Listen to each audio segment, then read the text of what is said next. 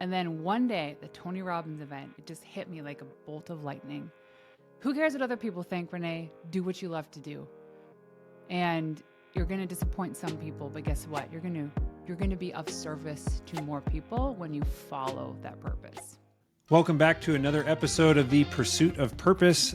My name is Chris Kiefer, and today I have the one and only Renee Warren. Thank you so much, Renee, for coming on. Well, thanks for having me. I have to correct you. I'm not the one and only. There's multiple?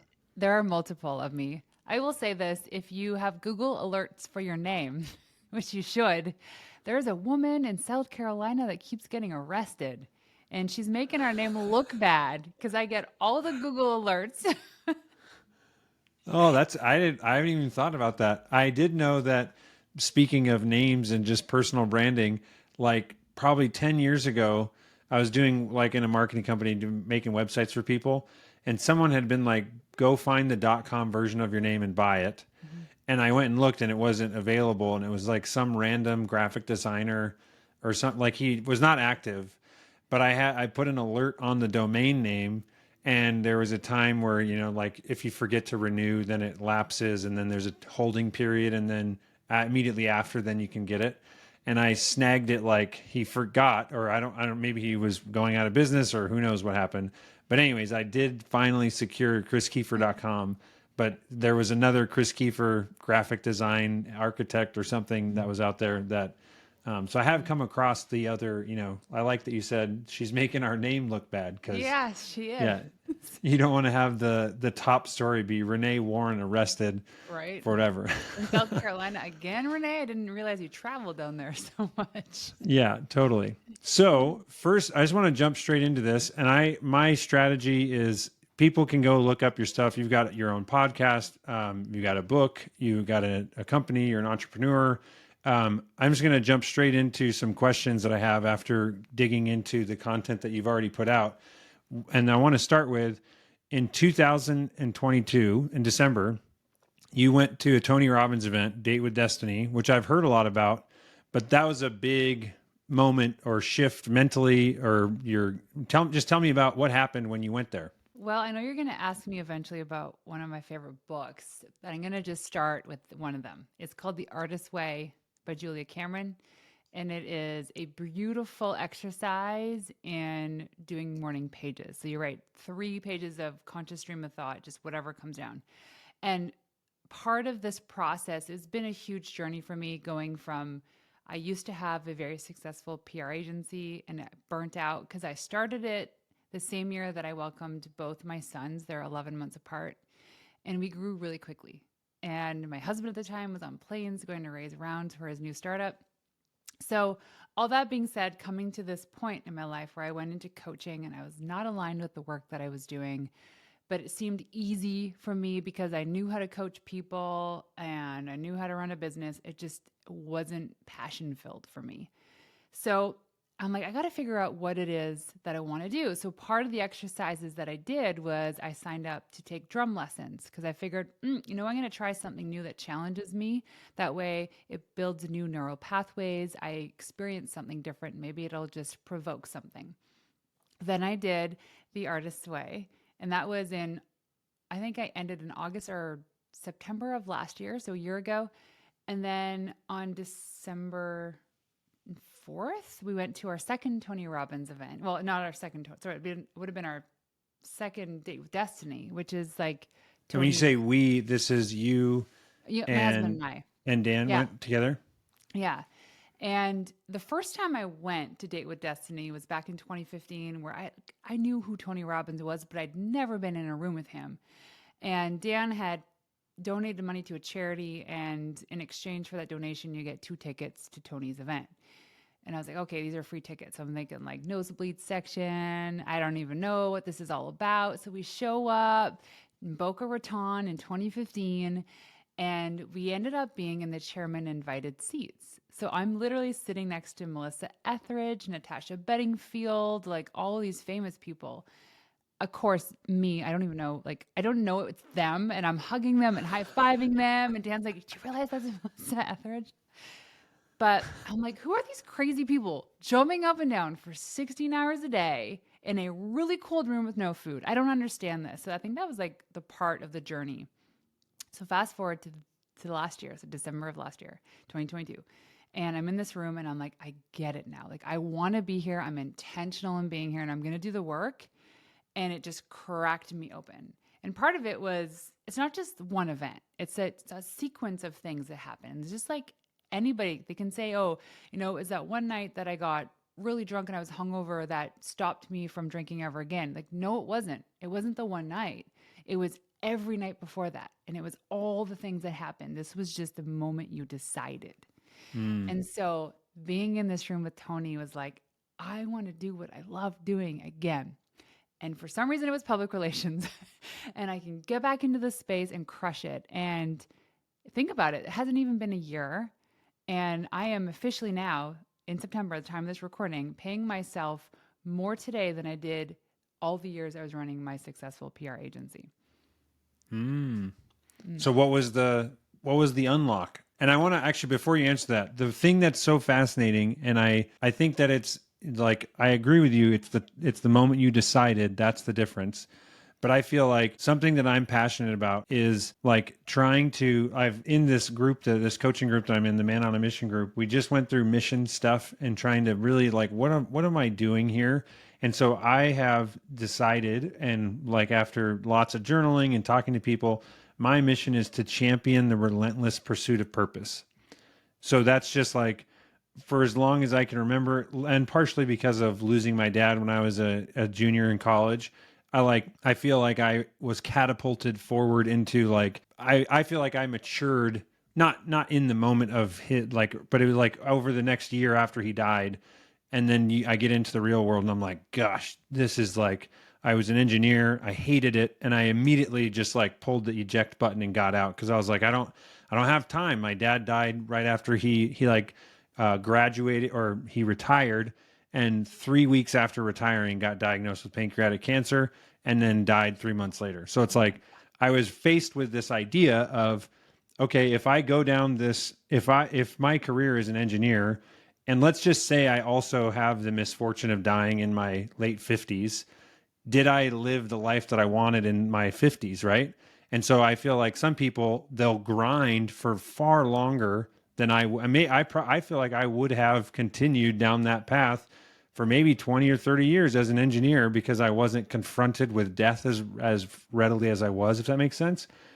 But all this coming back to where I want to get with you is, I have friends and people that I love, siblings that are doing things that I feel like are not their passion. They would tell you it's not their passion. They would tell you it's not what they want to do. But for some reason, they're not able to make the decision to do it. And so I'm curious with that context, or you can throw that aside if you've got another angle. But I'm like, what is the thing that makes someone like me be like, screw this. I don't even care what happens, but I know that I have to give it a shot, because I'll regret if I don't. The question really is, why are we living our lives for someone else and not for ourselves? So there's a book called The Five Regrets of the Dying. And do you know the four of the five regrets? They have everything to do with what people didn't do and not what they did do. Mm. So you think about it, however, you're on your deathbed, and it's like, I regretted not doing these things.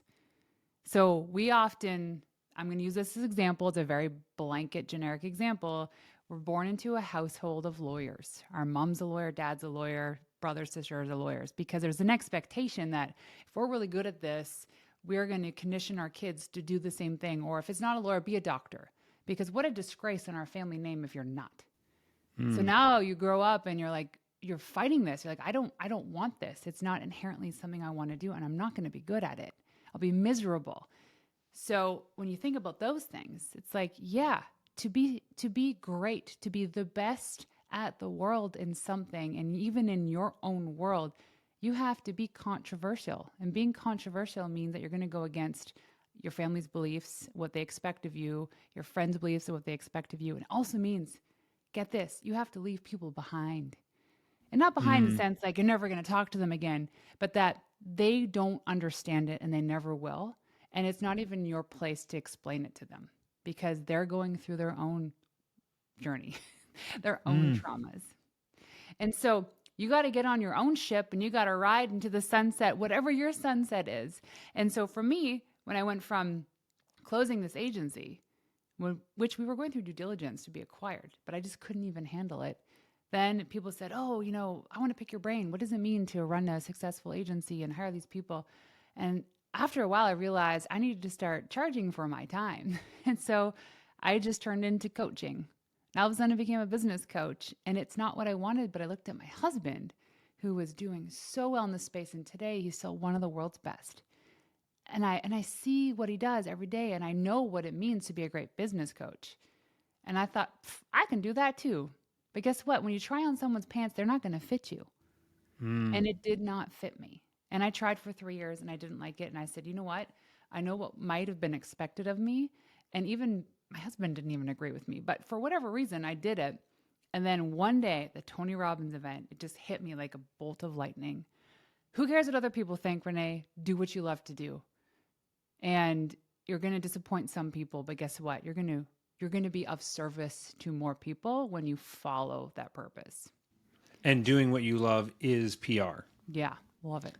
And what was or I guess because you were doing it before, Yeah. what was the shift mentally of like, though I was doing PR wrong, and now I'm doing it the right way? I mean, is it purely just a mindset of like how you approach it is different? Well, yes, that's the big thing. But I went through a lot of trauma in my agency. So every entrepreneur experiences the super high highs and the super low lows mostly in the same 24 hours. But at the time of starting my company, I had co-founded it with another woman who ended up becoming a very good friend of mine, super close to the family. One day she just decided to leave. And she not only left, but she divorced her husband and moved out of town. So I was like, there's something that went on. But in my mind, I wasn't capable of continuing on the legacy of this company without her because we were such a good match. She Mm. was doing a lot of the finances and stuff, and I was doing the sales and the marketing, and she was more like talent person. And it was just a perfect synergy. And now I had this 50% of me that was gone in my mind. I'm like, how am I going to be able to do this? And so after that happened, as I was coming back, catching my breath, I got sued for wrongful dismissal. And it was from a woman I found out later on ended up being a character reference for my ex business partner's new startup.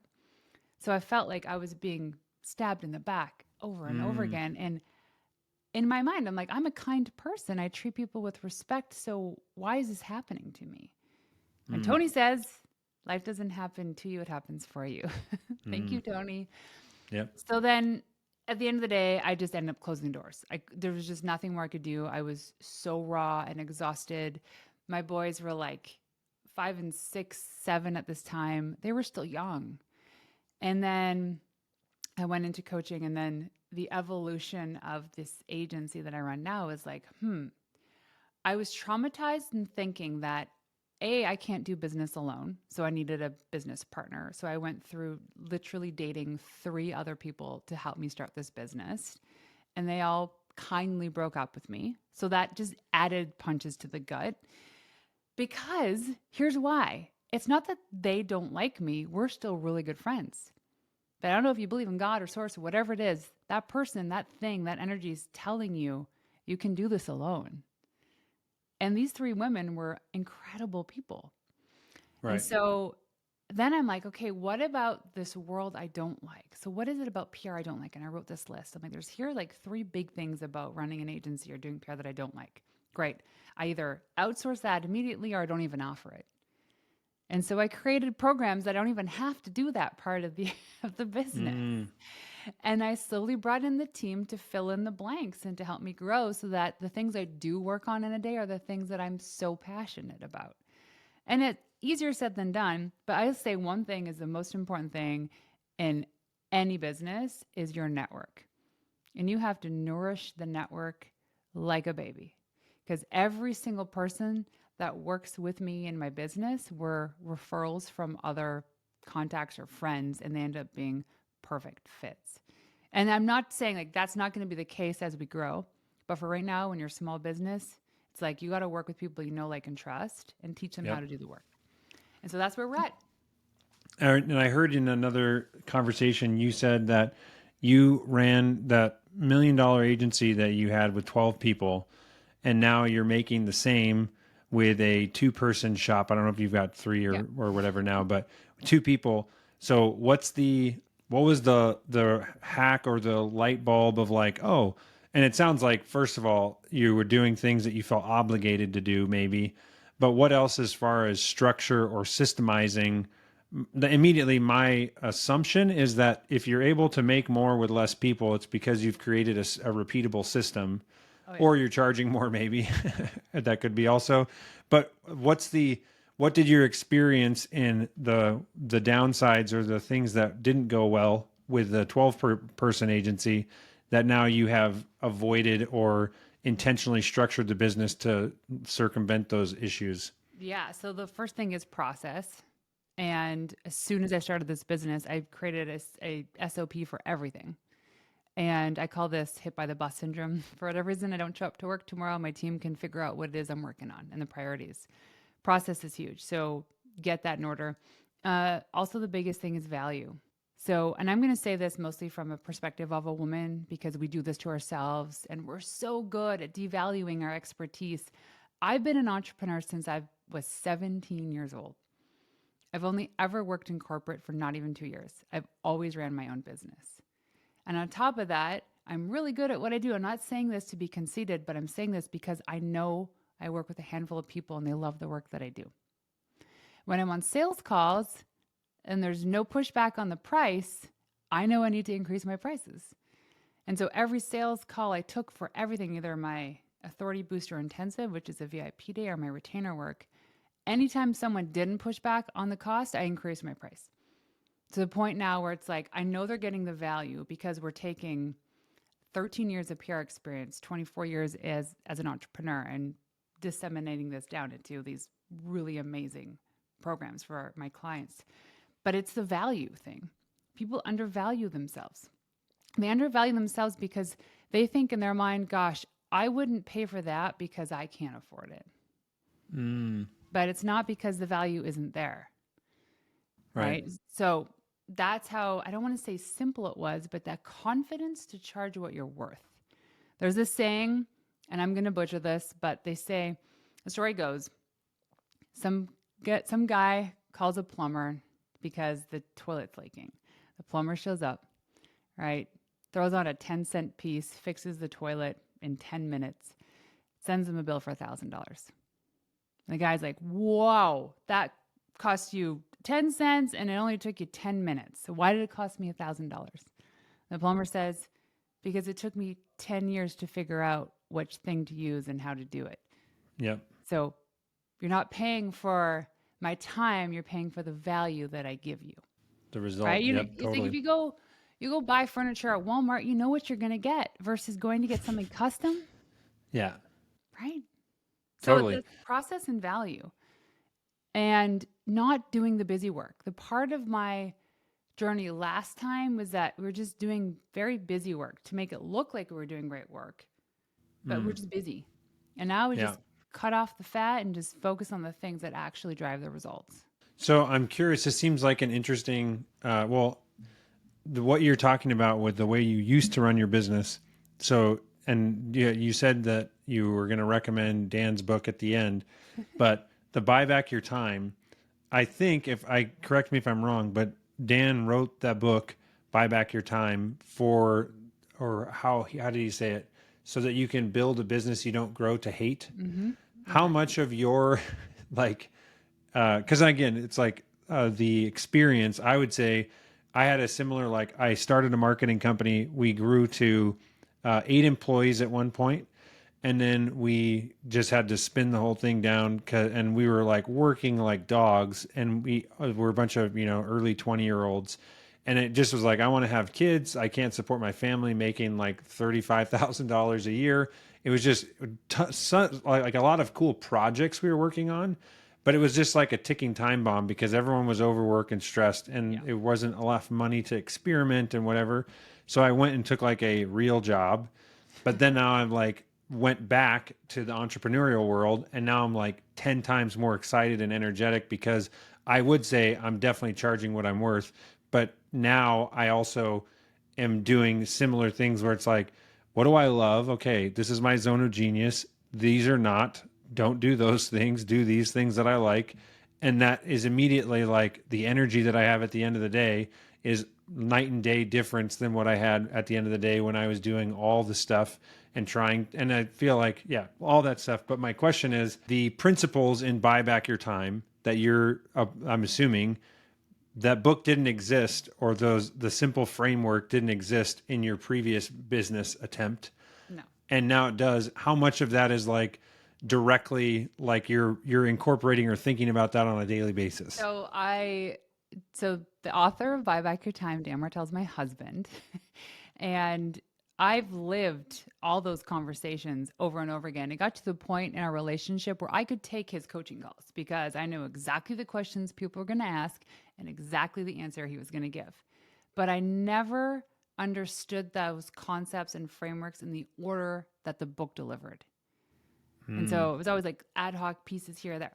So I read the book, and as I was reading it, it was after the first chapter. We were in bed. I turned it down. I was like, "Oh my, this is so good." He's like, "I know, right?" Like we're both surprised. And what I did was I read a chapter and I executed, and I wouldn't read the next chapter until I executed or got some part of that chapter in motion.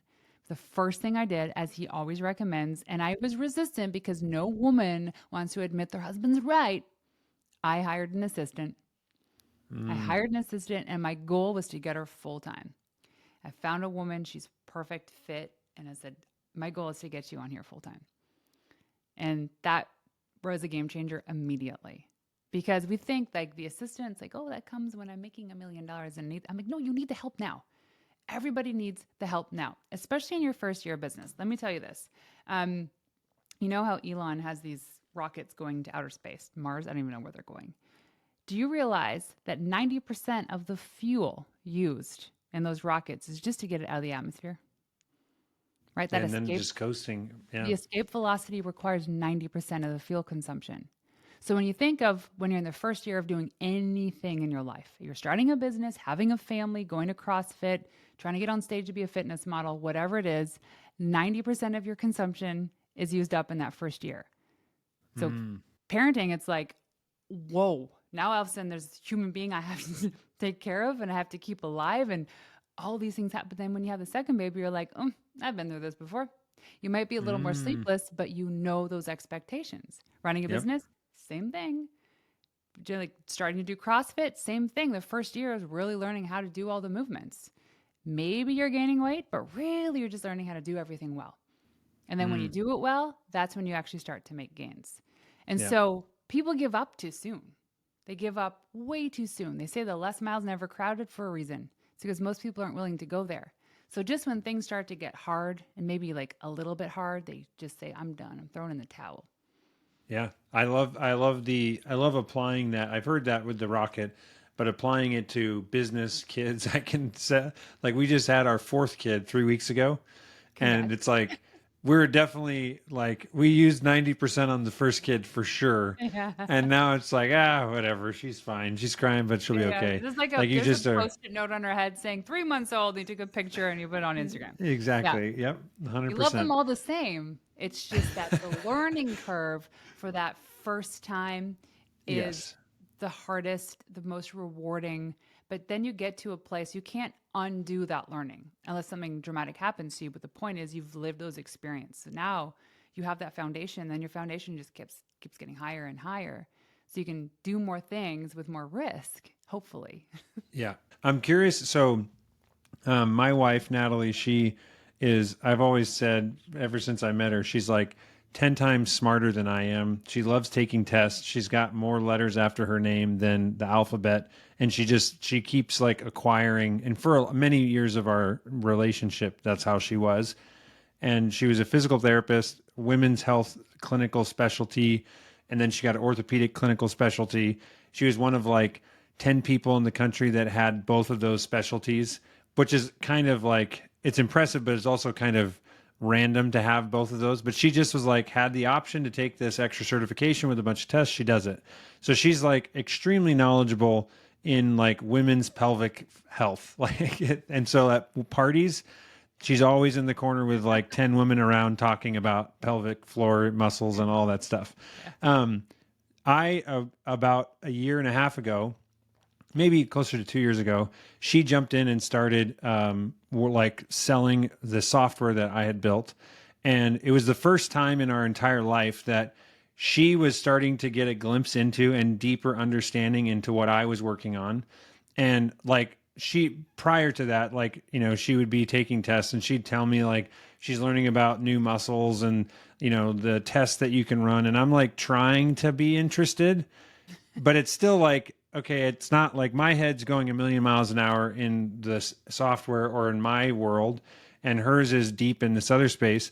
But we started, and 2 years ago was like the beginning of this, where now she's deeply understanding the ins and outs of what I'm doing in my business. And as she's like basically taking on all the sales and managing the people that are our virtual assistants and stuff that are assisting with delivery and things like that, I feel like it's been this amazing reward to work so closely with my spouse in and understand deeply what's going on. So it's like when she closes a big client, like I know, like it's as opposed to be like, hey, good job, you got a sale. It's like, no, I know that there is so much time because we talked about it and she was going through the pitch and all this stuff and refining and getting coaching. And I was so intertwined in that that I was able to like be that much more excited about what she was doing. And the same thing for like I'm working on a new feature or something, and it's like 99.99% of the world doesn't give two shits about what I'm working on, right? But she's like now in a place, and this is in the last 2 years, to be like, that's so awesome. I know what you did to make that or do that or whatever. So that's the setup for. I'm curious, how do you and Dan approach like having your own things and still being like genuinely interested in the other? Because I've actually had like with our coach who's kind of like a life and business coach, it's like my fear is that with this new baby that we just had, Natalie's taking time off work, and I'm afraid that she's gonna like never come back to Boolean and she's going to just be a stay-at-home mom. But I also want her to be a stay-at-home mom if that's what she wants to do for this period of time. But then I'm like, but what if she starts her own business? That would be really cool. But then we're missing out on like the synergy that we've been living in. I don't know if anything that I'm saying is resonating, but where's the like, first of all, are you following with like that, trying to be excited or trying to be interested in what your spouse is doing, but also like the limited capacity that we have to really be invested in so many things, and you have to kind of pick. Oh, I am Dan's biggest cheerleader. I love it. And what I love, Dan is such a good husband. And by way of just being interested in the things that I do, every night before bed, he's like, okay, tell me the Meadow Report. Have you heard of the Meadow Report? The Meadow Report is like in the old days, women would go out and forage in the meadows for food, and we'd kind of get a report on if there's predators and what's going on. And so today's terms really is like, how was your day?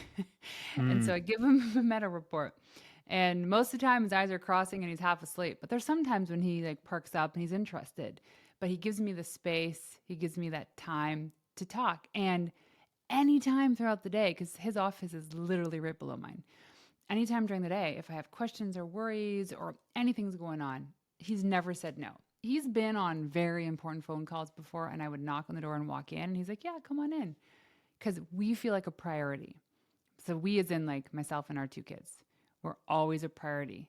And I think part of that too is it allows him to launch because like, home base is good. I can go out and I can go to space and come back again. And the same. And I mean, we've obviously had our stresses in marriage and kids and businesses, but we get excited for each other. And I helped him with this book launch. I've helped him with PR in previous businesses. I helped him with recruiting. There were times in his business where he needed to bring me up for a few months to help him do stuff because I understand him, his business, his goals, his missions. He didn't have to train me. He just knew what I could do to contribute. because I know what the end goal is in all of this. And it's more quality time as a family. I mean, that would kind of the point of buying back your time Mm-hmm. is, well, quality time with family is one of them, but it's also to be able to focus on things that actually move the needle in your business and life. Um, but I mean, to answer your question, it's really, I don't think there's any fear that we wouldn't support each other ever. Yeah, and I guess it's more of like the do you feel that the I guess, and I don't know if Natalie would agree with this. I'd be interested for her to chime in on this, but I'm wondering, do you feel like you are how do you make sure that you feel value in your own work Mm. in and like your expertise and knowledge when you are, well, I guess this is all within the last year. This is again my perception of what you're doing.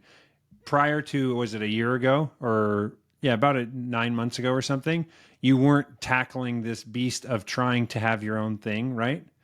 And you were more in a supportive role. I'm assuming that that's like, because I want Natalie to be super passionate and excited and have super high self-worth and everything, but it's also nice to be working together, but someone's got to be the face of the business. But that to have her have her own thing and you now having your own thing that can go to the moon, that seems really exciting. But and it's also like, I guess the question is, how has that impacted your like mental outlook, positivity, just like excitement to go tackle the day, as opposed to just being like, I'm going to see how I can be supportive today. Does that I make think sense? there's seasons in our life. And if you're an emotionally aware person, you know what season it is and kind of your role in that season. Mm, And I and Dan know this too, but Dan, I don't think I would have been able to do what I'm doing now at this level if this was 2 years ago. But because he has got two businesses, SaaS Academy and his Elite Entrepreneur Program, and his book, was more successful than he imagined. But he's also created all these systems and put all these right and incredible people in place to be able to support him so that he has more capacity in his calendar. So that I'm like, can't pick up the kids, can't bring them to soccer, can't do this. I got to go here, I got to do this. He's like, yep, I got it. Don't you worry. I got it. And so I think a lot of partnerships in this instance, they just don't take the time to have that communication. Dan and I meet every week. We meet every week for 30 minutes and we have an agenda and we have clear things that we talk about. And it's like, and that's just like that covers everything in your life, personal yeah, stuff like games, relationship, practices you got to get the kids to, finances, whatever. travel. So it's like our relationship, our finances, our travel, and then we plan the weekend. And there's a couple other things in between. So that's what So we do. I'm curious because I want to. We've dabbled with like a weekly meeting on Sundays. When do you have that meeting? And you said 30 minutes. Is it like I'm assuming Wednesdays. sometimes it's a Zoom call or a No. phone Well, I mean, call if or he's always. traveling, yes, but Yeah. usually because we both work from home, we go and we have lunch together. And then you have it on what day of the week? Now it's Monday, but it's been Wednesdays, it's been Fridays, And but then you look for the next things 7 days shift. and make the plan. Yeah. And then you guys also do a quarterly planning. Couples Like, so retreat. do you do like the week, month, quarter, year? So we do the weekly meetings and the quarterly retreats. We just came back from one in Denver, Ohio, like last week. And our big one comes up in December. So December is we look at we plan the year, and I do this in quotes because it's really hard to plan an entire 12 months. But we look at, am I allowed to swear on this show? Sure. Okay. We have we get invited to so many incredible opportunities and we have to turn many of them down, most of them down. So we look at our roster of events that we've been invited to and we say, are these fuck yeah opportunities? Fuck yeah, as in like, it's a huge F yeah for me. So that means like, I need you to come with me. And if it's not, then it's a simple no. And that's okay. But Dan understands that I'm an introverted person. I can do maybe one or two social events a week. And then I might go on these like ebbs and flows of a lot of so but I need that recovery. And he's the kind of person that gets amped up being around people. And I do for a bit, but then I get depleted really quickly. So when we look at all the things we're invited to on a weekly basis, like date night with this person, going to this concert, what is it that we really want to do? And we can't deny how we feel. So there's actually an event tonight, and I was like, you know what, Dan, it's not a fuck yeah for me because I'd rather go watch my son play basketball than go to Hmm. this concert. And that's just how I feel. So the thing about how we operate our family and our like relationship is largely how successful entrepreneurs run their business.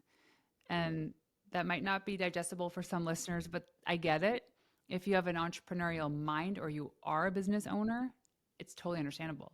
So we apply business like philosophies to our family life so that we can just be more efficient with our time. We have standard operating procedures for everything in our life, from how to use the sauna downstairs to how to, the agenda for our dog in a day, right? He's at a Right. play date right now. Like all these things, it's documented. That's awesome. Let's see, I gotta go back to, so you, I guess I would say anything else for on this topic of like entrepreneurial spouses working together. What other tips, tricks, like, ooh, this was like a big hack or thing that was awesome. I think, first of all, I love the idea of having an agenda for a weekly meeting with your spouse. That makes a ton of sense to me. And just applying that down deeper into other levels. What other like hacks, so to speak, could you give to anyone listening that has a spouse and they're both doing, their own endeavors, how to sync up and support each other, clarify, this is what I want, this is what I want, I'm not interested in that, great, let's, pick and choose together. But it seems like a lot of it comes down to communication. But what other Oh, tactics are there totally. to efficiently do that communication at the right cadence? So the communication can only be allowed if there's support in the house. Now, we moved across the country, so we're not blessed with having any sort of immediate family around us to help us with the kids. And that was never the case, really. So we have a house manager. Betty's actually in the book, Buy Back Your Time, because we talk about how you should be where you're financially feasibly able to do so is delegating some of that work to other people. So, which means we don't ever do anything about with the lawn. So we have like a lawn care company. We don't use the chemicals in our hot tub. We hire the company that comes and does that for us, our pond, all this stuff. Pretty much anything in the house, there's somebody that manages it. So Betty manages all of the tradespeople. She manages picking our boys up from school, and just a lot of stuff like bike maintenance and making sure we have our winter tires put on our car because you need to do that in Canada. Um, and so this allows us to like not even have to worry that a light bulb's getting changed because it's going to get done. And there's a lot of people that have versions of their house manager. They're like, oh, you mean I can ask my cleaning lady to do my groceries for me? Yeah, of course you can. If you can give somebody who is being charged hourly extra work to do for a few more hours, they're going to do it for you. Hmm. And so people just think like everything operates in silos. And I was like this for the longest time too. When we hired a cleaning lady, there was one day I was like, hey, Shannon, if we paid you extra, could you do one grocery run for us a week on your way in? Because she literally drives past the grocery store. She's like, yeah, but that just means that you won't get an hour worth of cleaning. And then I'm like, well, can I pay you an The extra extra, hour? She's like, yes, you can. And right? that turned into her coming. So instead of having a full day at our house, we split it up between Tuesdays and Fridays. Hmm. And now she was doing meal prep for us too. And so it just kind of like it slowly we added on top of it the more that we could afford her and it became a possibility for us. We started delegating more. Shannon, I love Shannon. She was a former cleaning lady. She doesn't really like kids, so she didn't want to do anything with them. But then we started to build out our processes on top of this so that, okay, this house or this cleaning lady turns into a house manager. So we hired our first house manager, Megan, and now subsequently is Betty. And Betty's been with us for like, gosh, 2.5 years now. Um, but when you create that capacity in your space, because there's no worry about mowing the lawn or shoveling the driveway or whatever, you can be together. So I could be like, Hmm. hey, Dan, I need 10 minutes of your time. He's like, yeah, sure. What is it? And then we could chat. We could chat about Because things. normally for a typical couple, even though that 10 minutes of trying to find 10 minutes in the day when you're also juggling a whole bunch of very minor tasks, that's why it's hard.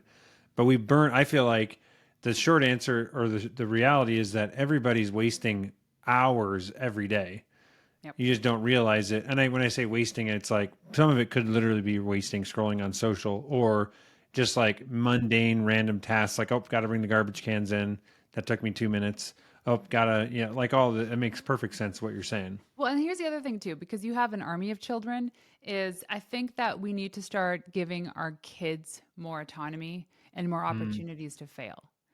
And I love my parents. They were here for 3 weeks, but they were obviously raised in a different generation where mom did everything for the kids, everything. I remember I went to college. I was 18 years old and I was on my floor at in residence, and I was like, had to go do laundry for the first time. And I looked at the laundry machine and I was like, I don't know what button to push.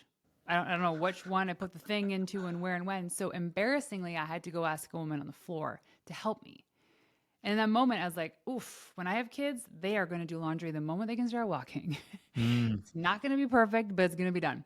And so they do their laundry, they fold their laundry, they put it away, they make their own lunches. They started this all over a year ago, and they're 10 years old, 10, 11 years old. And they bring the dog for a walk, they feed the dog, they do all this stuff.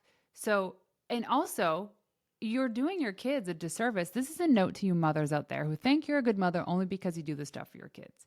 You're doing your kids a disservice by doing everything for them. They need to learn, they need to fail, they need to know how to use a gas stove to cook up eggs. It's just life, right? And so, I mean, we can go down this rabbit hole to finding a good mother. I think 99.9% of the world are good mothers. They just believe in these constructs that society says what makes a good mother. It's so mm. easy to say, oh, a good mother is the one that makes organic, fresh pancakes every morning for school. Ha, my kids are fed. Check. Yeah, check. What would you say I'm curious for, in your own head, what was like, and this is again my assumption because I've been working through some of this for myself, the voices that you had in your head, and this could be voices about your being a good mom versus a bad mom, or being an entrepreneur versus, valuing yourself and your self worth and the value that you're able to bring to clients. What has been like? I'm sure. I guess the assumption is that you always have negative voices. You just try to minimize the percentage of negative to positive because I don't think it ever goes away entirely. Maybe it does. But what are like things that like that you hear that you're talking to yourself of the negativity, and maybe how that's changed from 5, 10 years ago to now? And again, Mm. in any domain of your life that is relevant. So I actually explained one of these scenarios to my 10-year-old the other day because we're at this time of year where it's like really cold in the morning, but the afternoon's really hot and the house is warm. So when my kids leave for school, they're still in shorts and t-shirts. They need pants and sweaters and sometimes even mitts. And I was, and they're responsible for everything when we leave the house. There's a very clear rule that, hey, if you forget anything, unless it's absolutely dire, you go to school with what you got and you got to figure it out when you get there. Sounds cruel, but what an incredible experience for them to learn like, hey, they forgot their lunch. There's enough buddies in their class that can give them something to eat. But in my head, it's like, I'm a terrible mother. And I said, hey, Noah, I used to have these thoughts that if you went to school forgetting your lunch or your mitts, that everyone would say, your mom's the worst mom in the world. That's my thought. And the teachers would say, oh, you're so unorganized, or wow, Renee's a bad mother. But could it just be that the child forgot their lunch? Why is this on the mom? And Mm, so now I'm like, I don't care if people think I'm a bad mom because I know I'm a good mom. I know I'm a good mom because other moms tell me how great my kids are, and that's all I need. They're kind, respectful kids. My job is done. mm, They might be cold today because they forgot their sweater, but that's their fault. They're old enough to recognize that they need to prepare better. Um, and then the moment we can just start letting go of what's expected of us, most women know intuitively what they need to do. And some of us are just too scared to try, like making their lunches or doing the laundry. Like I'm pretty sure on a handful of occasions, Noah has dried clothes that weren't even washed, or they washed clothes without soap. Who cares? This was like a year ago and they're still fine. yeah. Nobody's hurt. Nobody's hurt. Yeah. They might stink a little bit. They might be hungry. Everyone's still alive and thriving. And how about on the entrepreneurial business side of things? Mm. Yeah, I think it's being so forgiving of people's little slip ups. Like I think of a really simple example that my assistant I love her. She accidentally scheduled our podcast email to go out on Sunday night as opposed to, or Monday night as opposed to Tuesday morning. And so people were like, hey, Renee, the episode's not live. And I was like, Hmm. oh, sorry, scheduling error. So, you know, what the solution to the problem was is just make the episode go live right away. And it's not like I have a cajillion followers. And even if I did, it wouldn't matter. But there was Yeah, people they're like, like, hey, hey, this is 4 hours off. What the heck? yeah, yeah. And then so my reply to her was just like, oops, like scheduling error, no big deal. Just triple check your work next time. And so I'm not going to get mad at her because I've made this mistake before several times. So guess what happens is now our process gets more streamlined.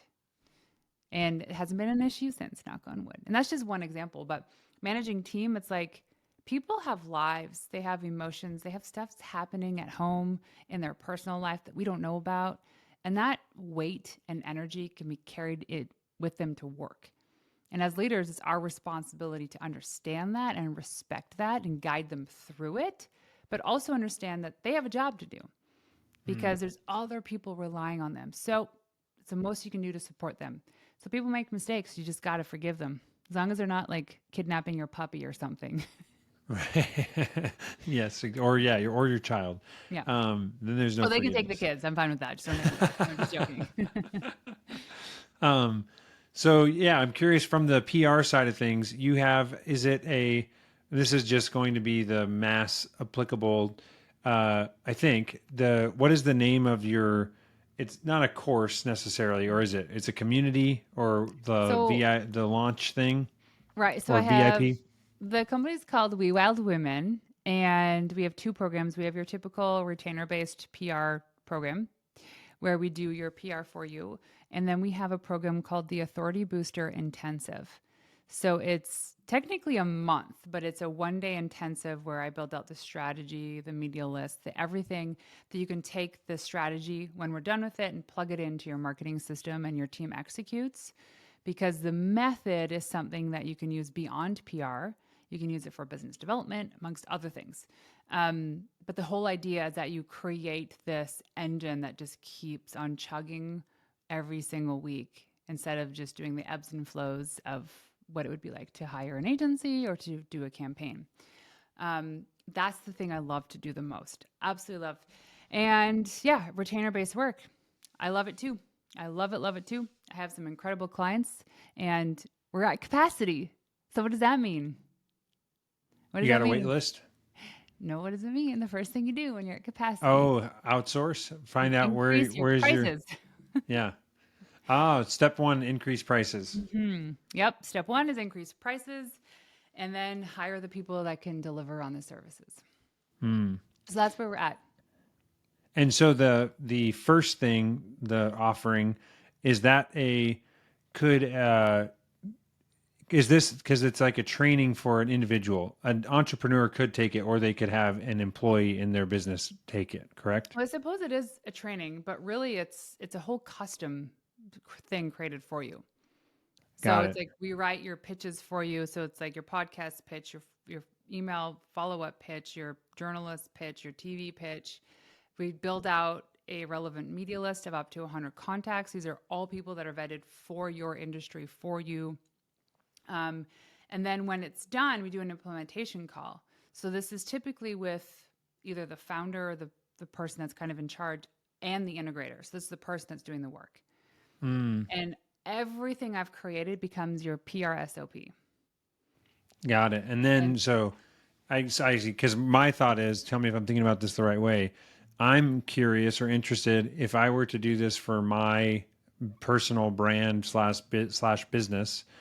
We would go through this process, but then ultimately, I'm getting some SOPs that a VA or an employee could be totally. trained on to then implement week in and week out and continue to do that. Yeah, so my VA does it for me. Yeah. And most of the people that I train are the VAs. And then they have access to us for a month to ask questions. And then at the end of the month, we do a wrap up call to make sure that everyone's kind of on the same page.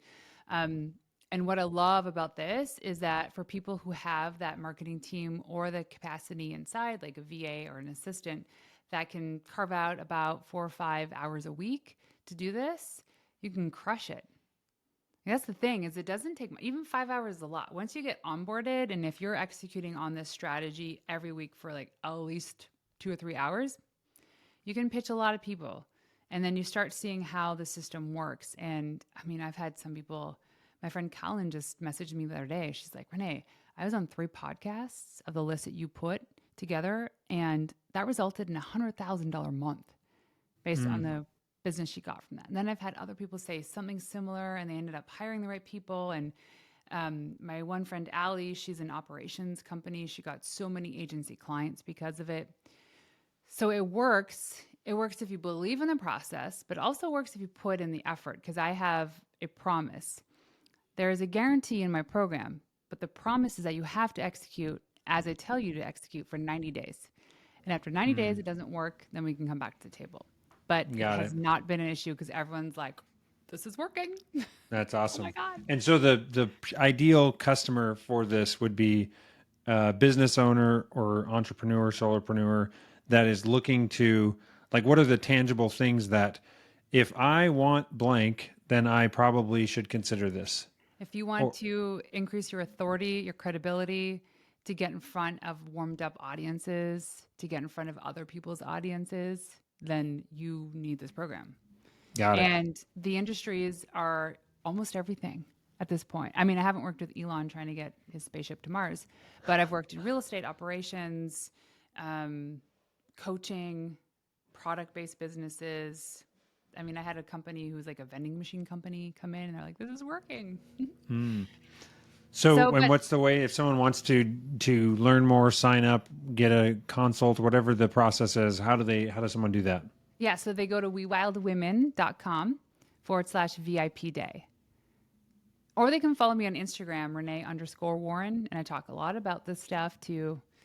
And everything's linked on my social as well. Awesome. And last couple wrap up questions here for you. First of all, I always ask, is there anything else on your mind that you would like to, that you came in thinking, oh, I want to talk about this? Because I still have another 5 to 10 minutes if you do, if there is some other topic. Otherwise, we'll move to books and movies. Yeah. Well, I know we talked a lot about like the role of women and supporting partners and raising kids and whatnot. Um, I think the most important thing to consider and feel is your intuition. And there's so many people poo-pooing stay-at-home moms, and I think that's absurd. That's the hardest job in the world. It's do what you love and do it well, that it doesn't matter what other people think. Just follow that passion. So that would be it. Awesome. Book recommendations. What would you say your 3 book recommendations are? The Artist's Way by Julia Cameron.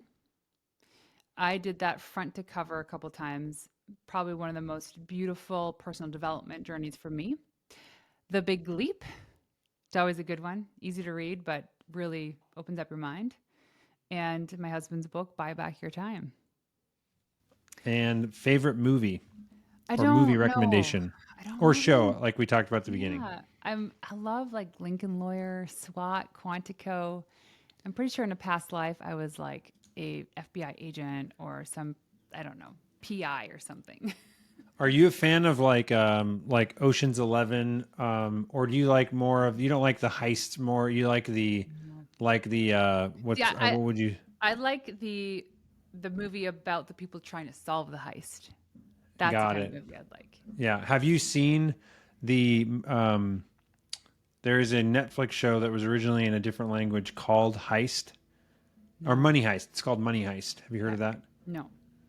That one, I guess I'm trying to think. That might be more. That again is it's like there is the person that's trying to solve the heist, but they're kind of doing both sides of the story where they go back and forth between the bad guys and the good guys.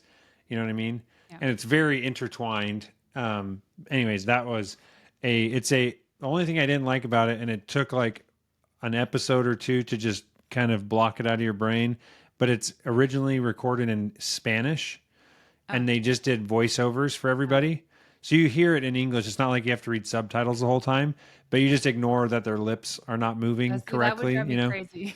We almost gave up on the Yeah. second, like on the second episode, we were like, this is crazy. Yeah. Like this is so confusing, but it is like, it's a fantastic, like it hooks you for sure. Oh, okay. No, But I love that kind of stuff. I love just trying to solve the problem, solve the case. yes, totally. Awesome. Well, and then if someone wants to get in touch, you mentioned going to your website or on Instagram. One more time, what is that? What is the website? WeWildWomen.com. Perfect. I'll put that in the show notes for everybody. And then on your Instagram handle is just Renee It's Warren. Renee_Warren. Okay. And you're not the Renee Warren that's in, No, in jail. where'd Nope. you say? In Carolina, in South Carolina or South something? Carolina or something. Yeah. Awesome. Well, thank you so much. I appreciate your time, Renee. This was awesome. And I'm going to be reaching out to inquire about that VIP day. So I got a lot of stuff on my like ideas and dreams and stuff, and it sounds like this is a cool opportunity. So thank you. Thanks for having me. Thank you for your attention and listening to this episode of The Pursuit of Purpose. Your feedback and comments mean the world to me. If you liked what you heard, please take a second, leave me a 5-star review on iTunes. If you've got suggestions for future episodes or just want to say hi, shoot me an email at chris@chriskiefer.com. Don't forget, I make it a point to include all the links to the books, movies, and resources mentioned on this episode in the show notes. You can see those directly below in the description or on my website, chriskiefer.com. Thanks so much, guys.